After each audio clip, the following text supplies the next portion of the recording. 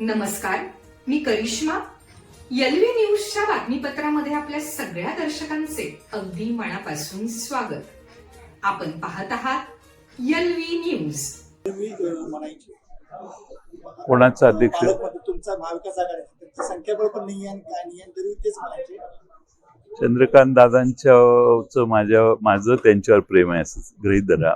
ते बोलतील त्याला मी काय भाष्य करणार नाही. तरी अजित दादा पवार गटानं आपल्याला पाठिंबा दिला, पण दोन संजय काका असतील त्यांनी दिले, पण बाकीच्या सदस्यांनी आपल्याला नाही, संजय काकांचे मी विशेष आभार मानेन, कारण काल संध्याकाळी आम्ही स्ट्रॅटेजी ठरवली आणि काका पलीकडच्या गोटात आम्ही जायच्या संदर्भात काही गोष्टी झाल्या, चर्चा झाली आणि त्याप्रमाणे त्यांनी तिकडे जाऊन तिकडच्या गोटातली माहिती देऊन आम्हाला जे मौलिक सहकार्य केलं ते विशेष वाखाणण्यासारखं आहे. त्यांना तिथं कट्टरता दाखवण्यासाठी काही गोष्टी कराव्या लागल्या ज्या आमच्या अंडरस्टँडिंगच्या होत्या, पण त्यांचेही मी आभार मानतो. आता मिरज पंचायत समिती आपण ताब्यात घेतलेल्या आहे, जिल्हा परिषद घेतलेल्या आहे.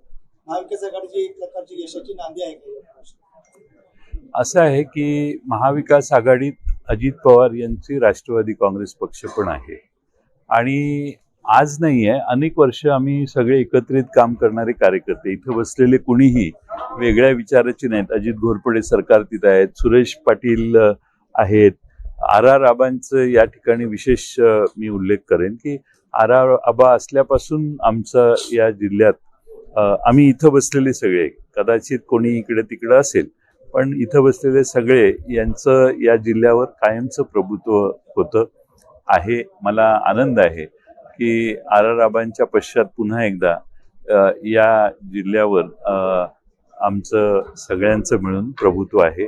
मी कुठल्या एका पक्षाचं नाव यासाठी घेत नाही की आम्ही सगळे एकसंघपणाने काम करतो. सध्या राज्याचा प्रश्न आहे कारण भाजपला या ठिकाणी पराभव नाही, असं आहे की आमच्या समोर कोणी काही बोललं तरी आम्हाला माहित होतं की आम्ही उद्दिष्टापर्यंत पोहोचलेलो आहोत.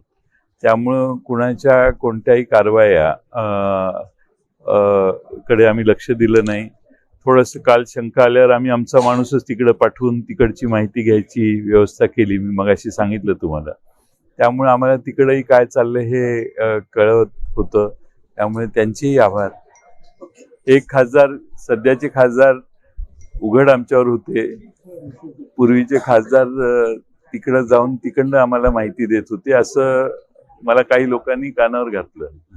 अध्यक्षाची निवड झालेली आहे, महाविकास आघाडीने बाजी मारलेली आहे, नेमकी कशी घटना झाली आणि काय कसं शक्य झालं? जिल्ह्यामध्ये निवडणुका झाल्या त्यावेळी राष्ट्रवादी काँग्रेस, शरदचंद्र पवार पक्ष, काँग्रेस पक्ष आणि उद्धव बाळासाहेब ठाकरे यांचा शिवसेना पक्ष, या तीन पक्षाची मिळून 30 सदस्य निवडून आलेले. पण जिल्ह्यात निवडणूक होताना राष्ट्रवादी काँग्रेस पक्ष व अजित पवार पक्ष, राष्ट्रवादी काँग्रेस अजित पवार पक्ष यांची आणि आमची ही बऱ्याच ठिकाणी आघाडी झालेली होती. त्यामुळं त्यांचेही 6 सदस्य निवडून आलेले होते आणि त्यामुळं हा निर्णय हा अनपेक्षित नाही आहे, हा अपेक्षितच निर्णय आहे. मी या निमित्ताने या जिल्ह्यात आमचे खासदार विशाल पाटील, माजी मंत्री माननीय विश्वजित कदम साहेब, त्याचबरोबर आमचे तासगावचे नेते सुरेश पाटील, त्याचबरोबर माननीय राष्ट्रवादी अजित पवार पक्षाचे नेते माननीय शिवाजीराव नाईक साहेब, अजितराव घोरपडे साहेब, विलासराव जगतापजी, त्याचबरोबर विक्रम सावंत आणि राजेंद्र देशमुख, या सगळ्यांनी आम्हाला, आणि मानसिंगराव नाईक आणि मनोज शिंदे, या सगळ्यांनी मिळून या निवडणुकीत आम्हाला जे सहकार्य केलं त्यामुळं हा आमचा यशस्वी झालं. मी त्या सगळ्यांचे आभार मानतो. खास करून मी रोहित पाटील आमचे आमदार हे आज आले नाहीत, पण त्यांनी सर्व अधिकार आमचे माननीय सुरेश पाटील भाऊ यांना दिलेले होते. त्यामुळं आम्ही एकसंघपणाने ही निवडणूक लढवली आणि यशस्वी झालो. पालकांना सुद्धा बरेच ठिकाणी भेटली. आज मी माझं मत आहे की पहिला दिवस आहे. मी भ्रष्टाचार किंवा निकृष्ट कामं याविषयी ज्यावेळी आढावा घेऊ त्यावेळी मी नक्की आम्ही सगळे बसून ज्यावेळी आढावा घेऊ त्यावेळी अनेक गोष्टींचा आढावा घेऊ आणि आमच्याकडे सगळे एक्सपर्ट आहेत इथं. नाईक साहेबांच्या सारखं एक्सपर्ट माणूस आमच्याकडे आहे. अनेक तिथून घोरपडे सरकार आहेत, रोहित पाटलांसारखा तरुण, विश्वजित कदमांसारखा तरुण आहे आणि आम्हाला काही दिल्लीला लागलं तर आमचे खासदार दिल्लीत निश्चितपणाने या सगळ्या गोष्टींना पाठपुरावा.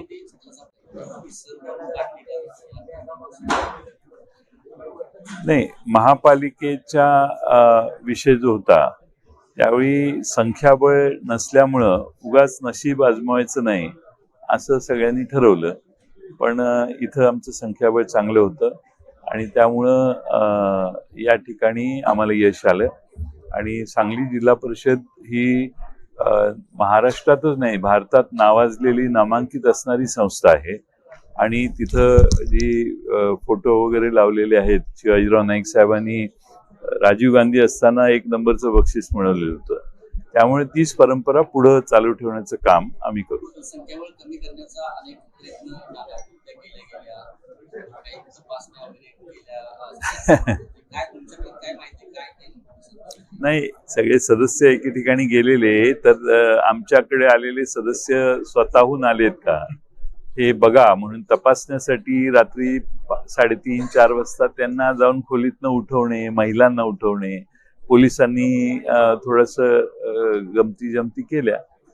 ठीक आहे, ह्या सत्तेचा दुरुपयोग करणाऱ्यांच्या विरोधी आमची ही सगळी आम्ही संघटित झालोय. आम्हाला या जिल्ह्याचा विकास करायचा आहे, प्रायोरिटी आमची विकासाची आहे. याच्यात कोणतेही राजकारण न करता आम्ही समविचारी लोक या जिल्ह्यात आम्ही एकत्रित आलो. साहेब, देवेंद्र फडणवीस सांगतात की गॅस टंचाई कुठेही नाही आहे, पण लोक मग रस्त्यावर कसे उतरले आणि गॅसचा तुटवडा होता कसा झाला? मला वाटतं की जिल्हा परिषदेची निवडणुकीत आमचे अध्यक्ष उपाध्यक्ष निवडून आलेले आहेत. त्या विषयाच्या पेक्षा वेगळा विषय मी विधानसभेच्या प्रांगणात मांडलेला आहे, त्यामुळे त्यावर वेळ घालत नाही. पण मी आपल्यामार्फत सांगली जिल्ह्यातल्या जनतेला हा विश्वास देऊ इच्छितो की मागे 4 वर्ष प्रशासक राजवट होती, त्यामुळं अनेक अनुत्तरित प्रश्न राहिले असतील. खास करून सांगली जिल्ह्यातल्या खेडेगावातल्या पाणी पुरवठ्याचा, ग्रामीण पाणी पुरवठ्याचा प्रश्न बऱ्याच गावात अडचणीचा आहे आणि त्या प्रश्नासाठी आमची जी नवीन निवडून आलेले सगळे नवनिर्वाचित सदस्य विशेष कष्ट करतील आणि त्या ग्रामीण पाणी पुरवठ्या योजनांमध्ये लक्ष घालतील.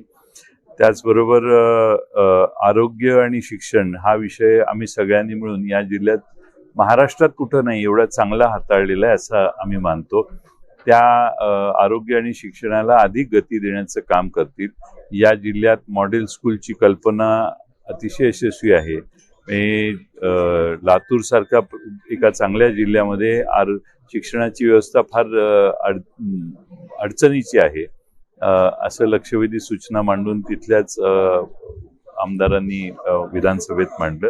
पण आमच्या जिल्ह्यात आरोग्य आणि शिक्षण सुविधा चांगल्या आहेत, पण याचा दर्जा कसा वाढेल हे बघण्याचं काम आमचे सर्व सहकारी करतील. वित्त आयोगाचे पैसे मागच्या 4 वर्षात आलेले नाहीत, त्यातले पहिला हप्ता आलाय असं मला सांगण्यात आलं. पुढचे हप्ते लवकर यावेत आणि या जिल्ह्याचा सर्वदूर असा अतिशय चांगल्या पद्धतीनं विकास व्हावा.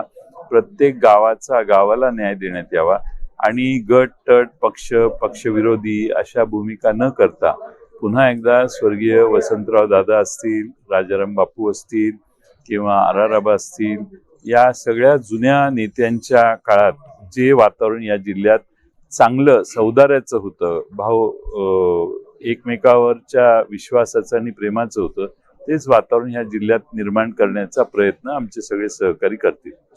चालू घडामोडींचे अपडेट्स जाणून घेण्यासाठी आपल्या एलव्ही न्यूज चॅनलला सबस्क्राईब जरूर करा, लाईक करा, शेअर करा व कमेंट देखील करा.